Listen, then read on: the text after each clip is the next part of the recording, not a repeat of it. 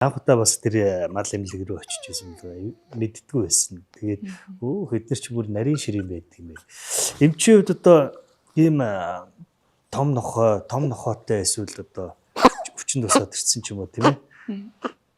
Шинжлэх одоо үзэх хэцүү бах. Тэгээд жижигэнтэй бах.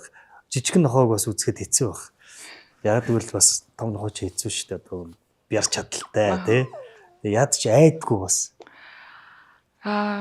Айдсал бараг байхгүй.